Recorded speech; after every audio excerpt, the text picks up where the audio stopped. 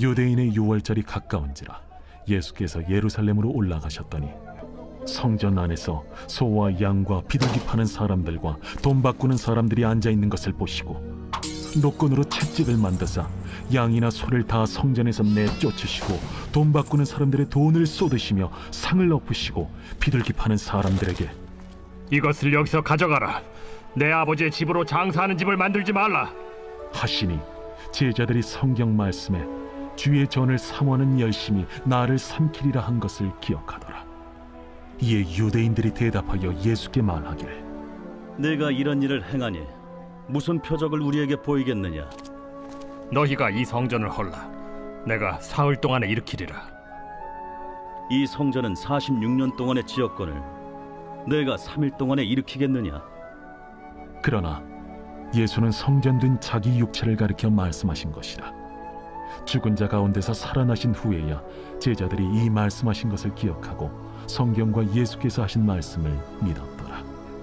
유월절에 예수께서 예루살렘에 계시니 많은 사람이 그의 행하시는 표적을 보고 그의 이름을 믿었으나 예수는 그의 몸을 그들에게 의탁하지 아니하셨으니 이는 친히 모든 사람을 아시며 또 사람에 대하여 누구의 증언도 받으실 필요가 없었으니 이는 그가 친히 사람의 속에 있는 것을 아셨음이니라. 할렐루야. 네, 이른 새벽 우리 주님 전에 오신 믿음의 성도님들 환영하고 축복합니다. 자, 오늘 말씀도 우리 요한복음 2장 13절에서 25절의 말씀, 우리가 성전을 정화시킨 예수님의 모습 우리가 잘 기억하고 있는 그런 장면입니다. 이 말씀을 통해서 우리 신앙의 핵심이 무엇인지, 그리고 우리가 경배해야 되는 이 예배의 처소가 무엇을 의미하는지 우리가 다시 한번 묵상해 보고자 합니다. 자, 유대인에게 가장 큰 명절이 바로 유월절이죠. 유월절에는 많은 유대인들, 흩어져 있는 유대인들이 유월절에 예루살렘에 모이게 됩니다. 예수님도 예루살렘 성전에 올라가셨습니다. 그런데 충격적인 장면을 목격한 거죠. 하나님의 집이 장사하는 소굴이 되었다라는 것이죠. 여러분, 이 사건은 단순히 건물 정화의 의미를 넘어서 예수님 자신이 바로 하나님을 만나는 유일한 길이다. 참 성전이 누구인가를 다시 한번 우리들에게 교훈하고 있는 말씀이라는 겁니다. 이 예루살렘에 갔더니 그곳에는 소와 양과 비둘기를 파는 사람들과 또 돈을 바꿔주는 환전상들로 가득했다는 겁니다. 여러분, 원래 성전은 무엇입니까? 하나님께 제사를 드리고 죄를 속하는 거룩한 장소, 하나님께 예배하는 장소 아니겠습니까? 만민이 기도하는 집이 되어야 하는데 대제사장들, 이 예루살렘 성전을 관리하는 대제사장들이 상인들과 결탁을 해서 이 종교적인 절차를 이용해 부당한 이득을 취하고 있었더라라는 겁니다. 많은 순례자들이 예루살렘 성전을 찾아옵니다. 그래서 그것에서 재물을 구할 수밖에 없는 상황이죠. 그런데 이 성전세는 로마 화폐가 아닌 이 성전 세겔로 내야 한다라고 하는 규정을 그들이 만들어서 그것을 가지고 폭리를 취했다라는 거예요. 이 예루살렘 성전에 장사하는 그런 모습을 우리가 역사적으로 좀 더 살펴보면 이 마치 백화점처럼 또 상인들 가운데서도 돈을 많이 내는 사람들에게는 좋은 자리를 주고 그런 식으로 구분화했다라는 겁니다. 이러한 일들로 인해서 가난한 이들의 예배는 너무나도 힘들어졌다라는 것이죠. 그래서 성전의 본질인 하나님께 드리는 이 순수한 예배는 사라지고 그들의 세속적인 탐욕과 이기심과 세속적인 계산으로 얼룩져 있었다라는 겁니다. 그래서 예수님은 참을 수 없는 거룩한 분노를 터뜨리셨죠. 노끈으로 채찍을 만들어 그들을 쫓아내시고 환정산들의 상을 엎어버립니다. 이것을 여기서 가져가라. 내 아버지의 집으로 장사하는 집을 만들지 말라라고 하면서 단호하게 화를 내셨다라는 것이죠. 제자들은 이 모습을 보고 주의 전을 사모하는 열심이 나를 삼키리라는 시편의 말씀을 떠올리게 됩니다. 여러분, 오늘날 우리에게도 동일한 질문을 우리가 해야 합니다. 우리 안에 있는 성전은 과연 무엇으로 가득 차 있는가라는 거예요.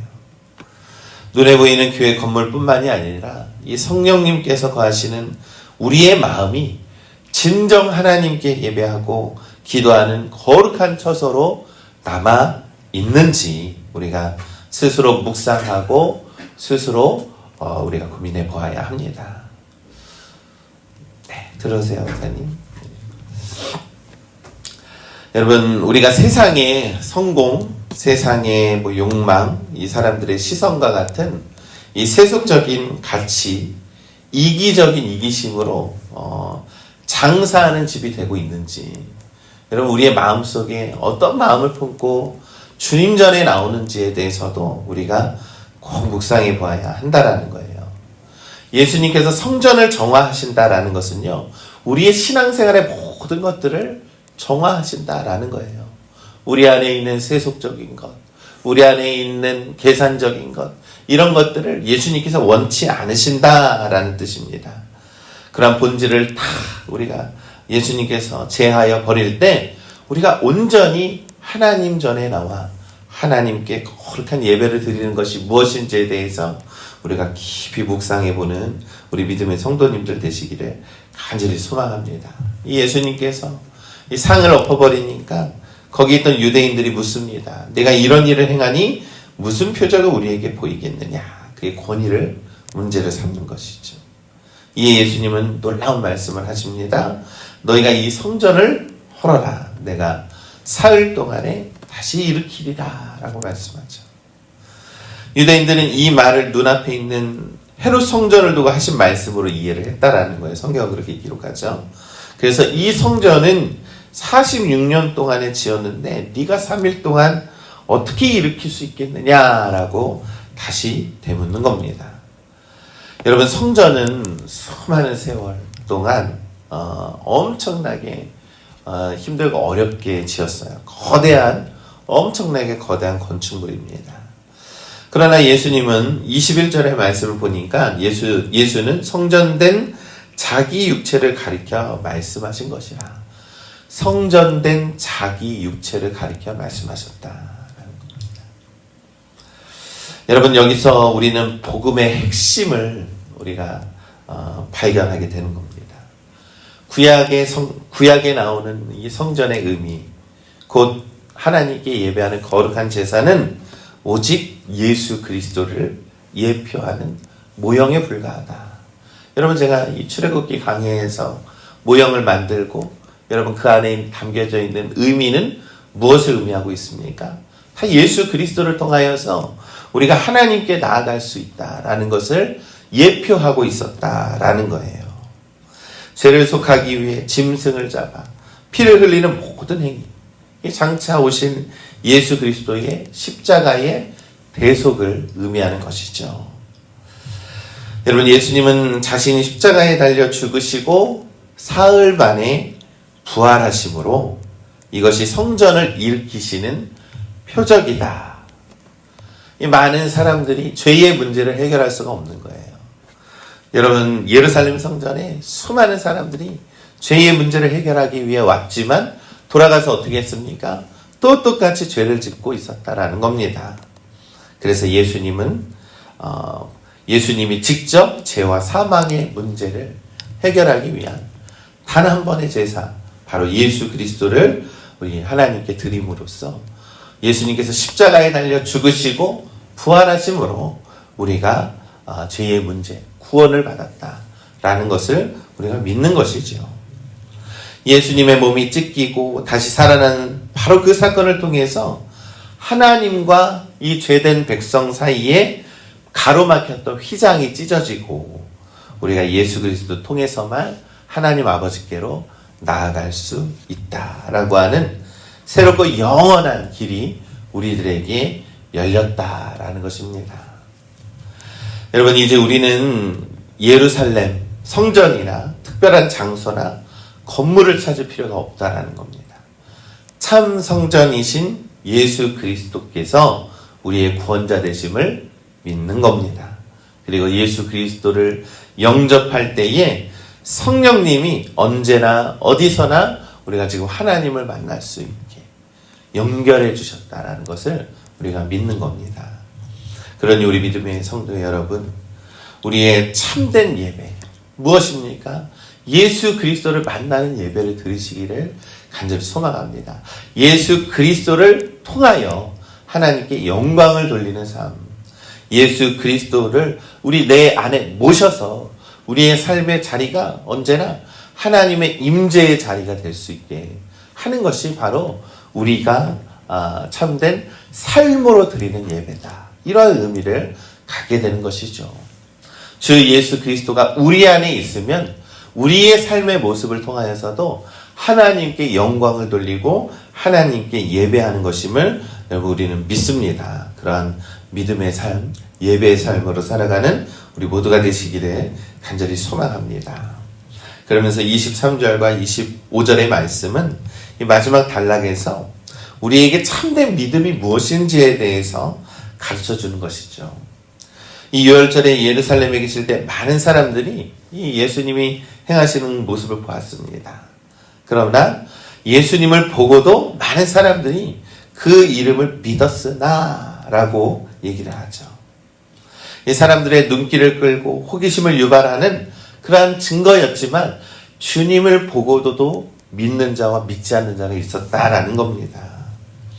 그러면서 24절에 예수는 그의 몸을 그들에게 의탁하지 아니하셨으니 이는 친히 모든 사람을 아시며 또 사람에 대하여 누구의 증언도 받으실 필요가 없으셨으니 이는 그가 친히 사람의 속에 있는 것을 아셨습니다.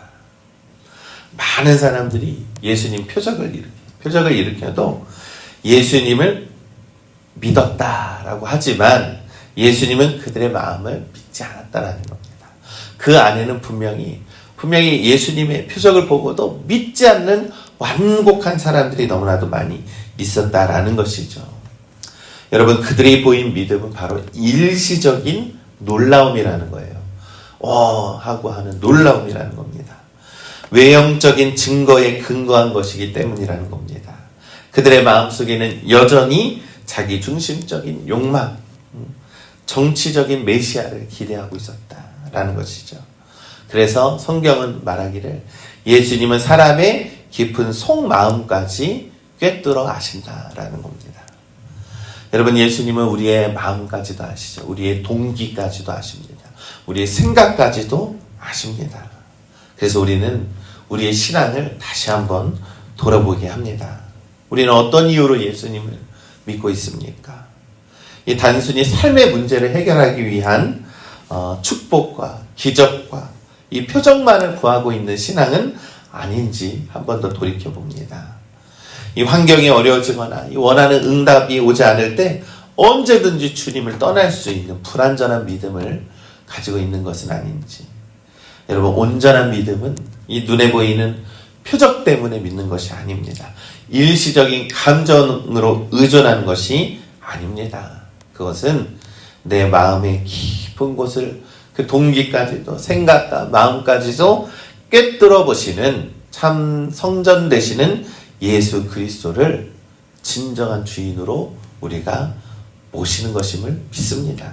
그래서 예수님의 말씀에 우리가 순종하며 거룩한 삶을 살아내야 하는 것입니다.